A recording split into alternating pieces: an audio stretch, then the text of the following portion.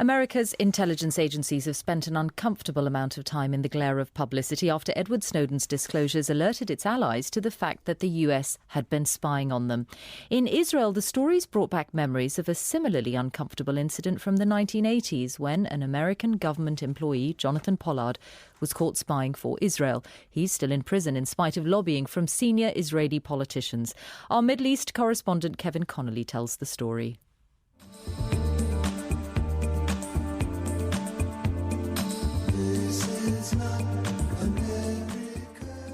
In the winter of 1985, American cinema-goers were enjoying The Falcon and the Snowman, a Cold War spy thriller with everything from moody acting by Sean Penn to gloomy theme music by David Bowie.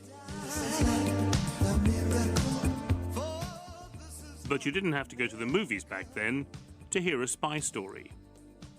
A diplomatic rift has been averted between Washington and Jerusalem over America's latest spy scandal.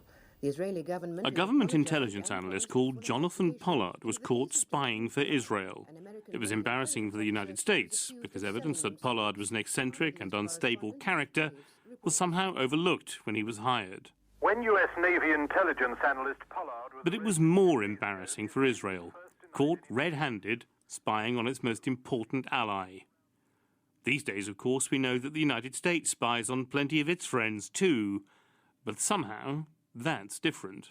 We collected information for Israel, but we didn't spy on the United States. It's a big difference. Rafi Yatan was the Israeli spy master in overall charge of the Pollard operation. He never believed his agent would get life imprisonment if he was caught, and he argues that Pollard was spying for Israel rather than against the United States.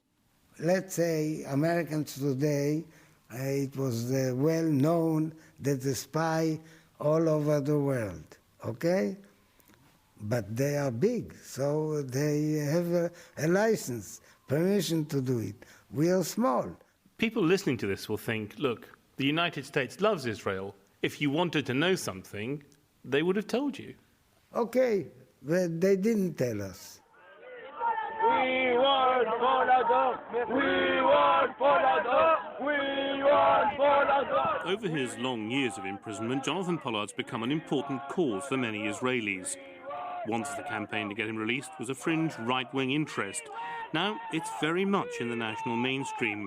President Shimon Peres has formally asked Barack Obama to let him go.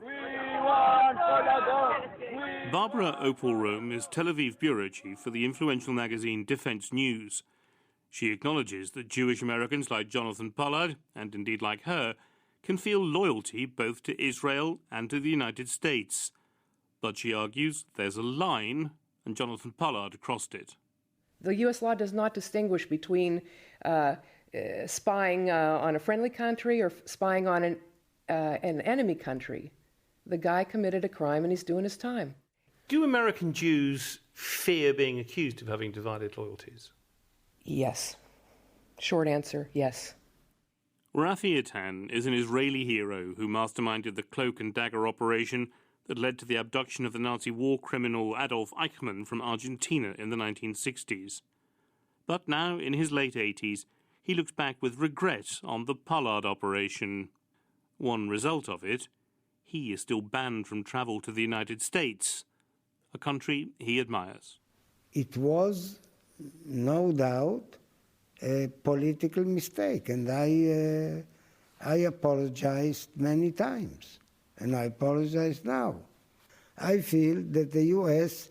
is a model for all the world.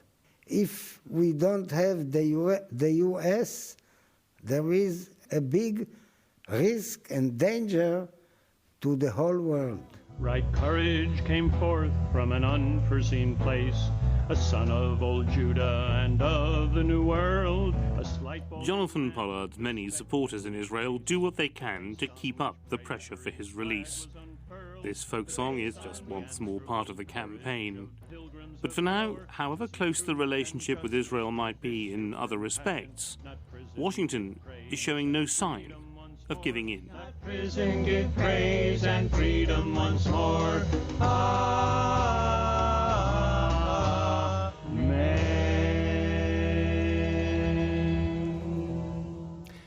Kevin Connolly there on a tale that takes us back to the 1980s. It's 17 minutes to 7, and we'll take a look at the papers now.